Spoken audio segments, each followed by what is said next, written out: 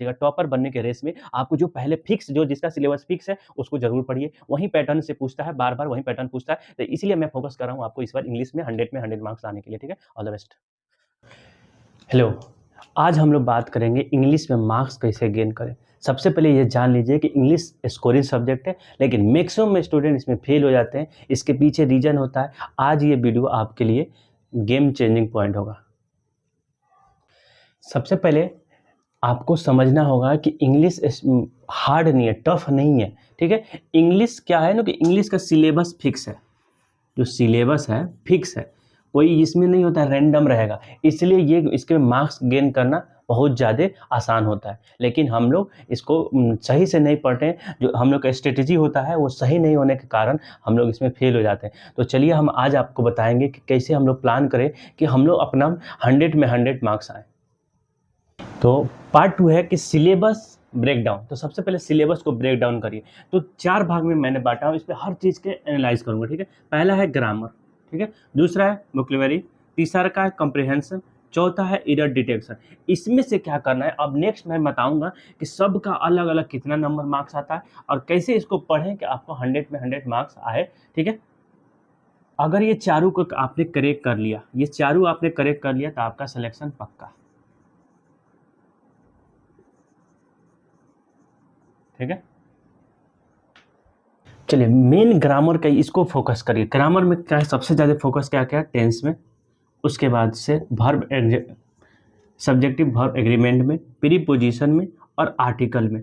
इसमें अब एक और बात चीज़ बता रहा हूँ कि रूल याद करने से ज़्यादा PYQ को बना जाए, पूरा जितना PYQ है प्रैक्टिस करिए। और जितना, एक और मैं बता रहा हूँ, इस हर टॉपिक का 100 MCQ करिए।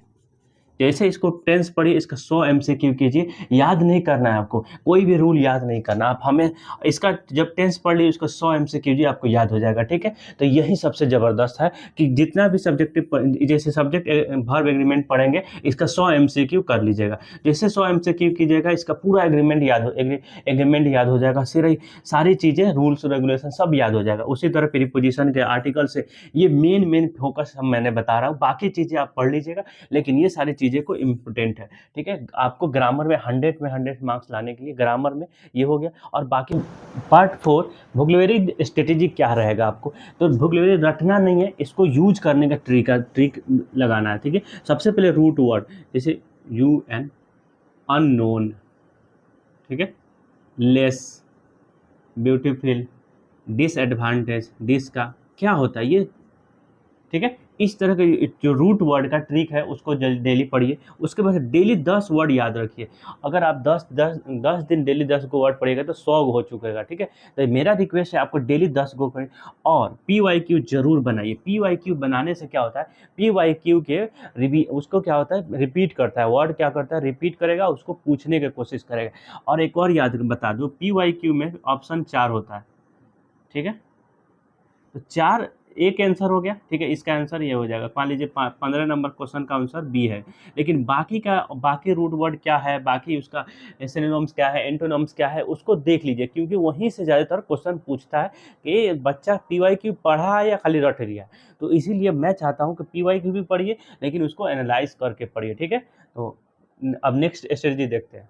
अभी 5 रीडिंग कॉम्प्रिहेंसिव बहुत इंपॉर्टेंट है। रीडिंग ये डायरेक्ट हर क्वेश्चन में 5 गो क्वेश्चन रहता है, 5 नंबर का, हर एग्जाम में 5 नंबर रीडिंग कॉम्प्रिहेंसिव में, लेकिन हम लोग तैयारी सही से नहीं करते। इसलिए तो कहा जाता है सबसे पहले ब्रेक डाउन करिए अपनी स्ट्रेटेजी को, तो मैंने वही कर रहा हूँ। तो ये RC के लिए क्या करना है, सबसे पहले डेली एक पैसेज को सोल्व करना है। जितना भी क्वेश्चन हो, PYQ हो या कोई भी चीज़ का, 5 गो क्वेश्चन रहता है, एक गो पैराग्राफ को, पैसेज को पढ़िए, उसको सोल्व कीजिए। नहीं सोल्व हो रहा, PYQ देखिए। ठीक है, PYQ मतलब उसका आंसर देखिए। अब उसके बाद से न्यूज़पेपर और आर्टिकल को रीड करिए। जो भी आर्टिकल या न्यूज़पेपर रीड करिएगा तो उसमें दिखाता है कि आप कैसे उसको इम्प्रूवमेंट कर रहे हैं। ठीक है, उसके बाद से स्पीड और अंडरस्टैंडिंग समझने के लिए आपको सबसे पहले ये दोनों इम्प्रूव होगा। कब, जब ये स्पीड इसलिए क्योंकि 5 गो क्वेश्चन है, 5 मिनट का रहता है, लेकिन इसको ज़्यादा मिनट लग जाता है। इसीलिए आपको इस डेली जब प्रैक्टिस करिएगा तो स्पीड और अंडरस्टैंडिंग बढ़ने लगेगा। कब आर्टिकल लगेगा, कब दी लगेगा, कब एट लगेगा, ये सारी चीज़ें समझ, क्योंकि रीडिंग कम्प्रिहेंसिव में सबसे ज़्यादा यही प्रीपोजिशन, कंपोजिशन हर चीज़ पूछता है, एंटोनिम, साइनोनिम्स हर चीज़ रीडिंग कम्प्रिहेंसिव में पूछता है। तो इसमें क्या चीज़ समझ में आएगा, जब डेली आप एक पैसेज सोल्व कीजिए, उसके बाद से न्यूज़पेपर और आर्टिकल रीड करिए, और इससे दोनों से ये फायदा होगा, स्पीड और अंडरस्टैंडिंग लेवल आपका दोनों इंप्रूवमेंट होगा। ठीक है, तो पार्ट 6 है डेली स्टडी प्लान। ये बहुत जरूरी, 1 घंटा आप इंग्लिश के रखिए, आपको 100 में 100 मार्क्स आएंगे। सबसे पहले क्या करना है, 20 मिनट आपको ग्रामर रख लेना है, 20 मिनट ग्रामर, मात्र 20 मिनट। उसके बाद से 20 मिनट वोकैबुलरी याद करिए, जरूरी है, ये तो 100% है। ठीक है, और 20 मिनट PYQ प्रैक्टिस कीजिए। आप 1 घंटा पढ़िए, 30 दिन में आपको देखेगा स्ट्रॉन्ग इम्प्रूवमेंट होगा, और ये इम्प्रूवमेंट करने के लिए ही आपको 1 घंटा डेली 30 दिन करना है। और बाकी चीज़ें हमारे यूट्यूब पे जाके देखिएगा, उसमें क्या होगा, बताते हैं कि डेली रात 9 बजे आना है तो आना है। ठीक है, बाकी चीज़ें लास्ट और गोल्डन रूल्स, इंग्लिश को 100 में 100 मार्क्स लाने के लिए ये सबसे सीक्रेट रूल है कि आपको क्या करना है, रिपीट, जो PYQ पहले वाला है उसको रिपीट करता है सिलेक्शन के लिए, तो आपका सिलेक्शन हो जाएगा। और जो क्वेश्चन आपको पहले आया है उसी का पैटर्न पर नेक्स्ट क्वेश्चन आता है। इसीलिए इंग्लिश बहुत ईजी है, बहुत ईजी है। हमने भी पहले हार्ड मानता था, लेकिन इंग्लिश इतना ईजी है, जब आप एक बार मेरा 30 दिन आप ये कंप्लीट करिए, उसके बाद आपको पता चल जाएगा कि इंग्लिश कितना ईजी है। तो इंग्लिश हार्ड नहीं है, क्या बोलना है, इंग्लिश इजी है, करने के लिए आपके डिपेंड करता है।